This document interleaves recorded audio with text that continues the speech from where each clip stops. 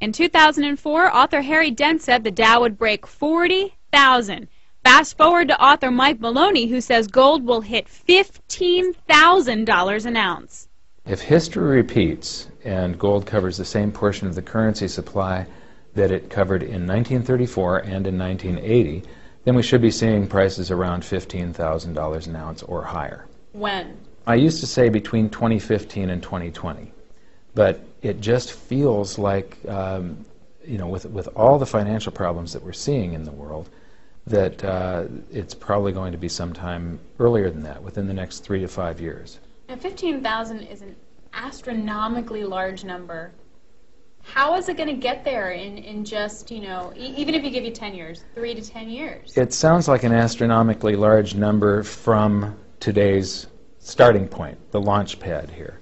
However, for gold to have the same value against the dollar, in other words, the number of dollars that exist, what I'm talking about is base money here, which is the paper dollars basically that exist. It's dollars in circulation plus the dollars that the banks have on deposit at the Federal Reserve, all redeemable in paper dollars. In order for gold to cover the same portion of the currency supply, in other words, have the same value in relationship to those dollars as it had in 1934 and in 1980, that's the price it requires, $15,000 an ounce. So it would just be history repeating. It wouldn't be anything unusual whatsoever.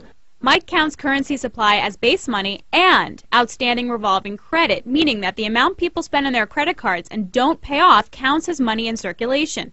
Now, this notion isn't new. According to Mike, in 1980, for 3 months, gold covered the amount of base money and outstanding revolving credit in circulation, which helped gold prices skyrocket to a high of $800.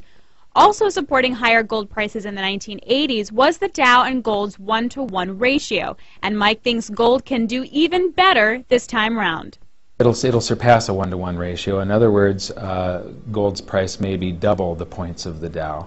The fair value of the Dow is probably around 4 ounces of gold, so it would be 4 times gold's price, which would put you at about $2,400 an ounce gold today, if that was the fair value ratio. But we went up to a bubble of 18 ounces in 1929. When the Dow crashed, it went to just 2. In 1966, we went to 28 ounces of gold, a bigger bubble. When gold corrected and the Dow moved sideways for 14 years, it went to just 1. And then we went to the biggest bubble in history, where gold was the most undervalued than in any time in the last 5,000 years, basically. And stocks were more overvalued than at any time since there's been exchanges and stuff. And it took 45 ounces of gold to buy 1 share of the Dow. We're now down to 9, so gold has outperformed the Dow significantly over the last decade.